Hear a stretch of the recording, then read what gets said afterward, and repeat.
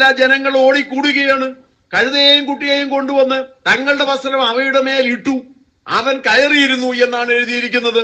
അങ്ങനെ യേശു കഴുതപ്പുറത്ത് കയറിയിരുന്നിട്ട് വരികയാണ്. പുരുഷാരം മിക്കവരും തങ്ങളുടെ വസ്ത്രം വഴിയിൽ വിരിച്ചു. അതേ പണ്ടും അങ്ങനെ നടന്നിട്ടുള്ളതാണ്.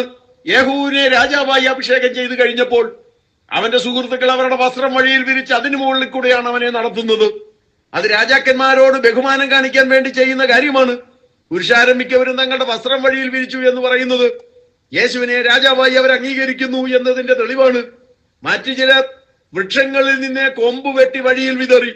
അതും ഈ മക്കാബിയുടെ കാലത്ത് നടന്നതാണ്. അവരെ ജയിച്ച് ജയാളിയായിട്ട് യെരുശലേമിലേക്ക് വന്ന സമയത്തെ ജനങ്ങള് ഇലകളൊക്കെ വെട്ടി വഴിയിൽ വിരിച്ചു. അവരെ ആഘോഷപൂർവ്വം സ്വീകരിച്ചു. കുരുത്തോലകളൊക്കെ വെട്ടി വഴിയിൽ വിരിച്ചു. അതൊക്കെ അന്ന് സംഭവിച്ച കാര്യമാണ്. അതുപോലുള്ള കാര്യങ്ങളാണ് ഇവിടെ വീണ്ടും ആവർത്തിക്കുന്നത്.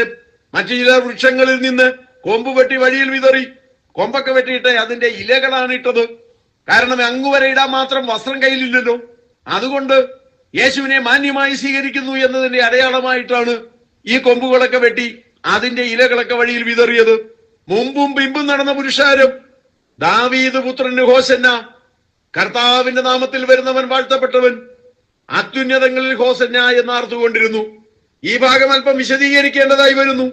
ഹോസന്ന എന്ന് പറഞ്ഞാല് ഹല്ലേലൂയാന്നോ സ്തുതിയെന്നോ ഒക്കെ പറയുന്ന പോലെ ഒരു അർത്ഥമാണ് സാധാരണ നമ്മൾ ഇന്ന് എടുക്കുന്നത്.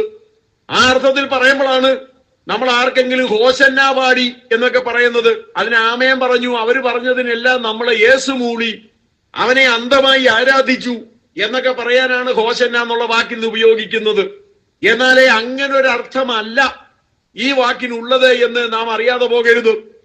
ഹോസന്ന എന്ന വാക്ക് ഇപ്പോൾ രക്ഷിക്കാം എന്നുള്ള അർത്ഥത്തിലാണ് ദൈവവചനത്തിൽ ഉപയോഗിച്ചിരിക്കുന്നത്. അതറിയണമെങ്കിൽ 118 സങ്കീർത്തനം നോക്കിയാൽ മതിയാകും. യഹോവേ ഞങ്ങളെ രക്ഷിക്കണമേ, യഹോവേ ഞങ്ങൾക്ക് ശുഭത നൽകണമേ എന്ന് പറയുന്ന വാക്കാണ് ഈ ഹോസന്ന എന്ന് പറഞ്ഞിരിക്കുന്നത്.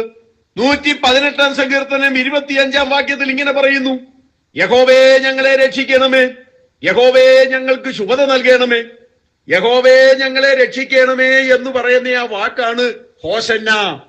പക്ഷെ ഇവര് പറഞ്ഞു കഴിഞ്ഞപ്പോൾ യഹോവേ ഞങ്ങളെ രക്ഷിക്കണമേ എന്നതിന് പകരമായിട്ട് ഇപ്പോൾ രക്ഷിക്കാം എന്നാക്കി. ഹോസന്ന എന്ന വാക്കിന്റെ ശരിയായ അർത്ഥം ഇപ്പോൾ രക്ഷിക്കാം, യഹോവേ ഇപ്പോൾ രക്ഷിക്കാം. സങ്കീർത്തനത്തിൽ പറയുന്നത് യഹോവേ ഞങ്ങളെ രക്ഷിക്കണമേ, എന്നാൽ ഇവര് പറയുന്നത് യഹോവേ ഇപ്പോൾ രക്ഷിക്കാം.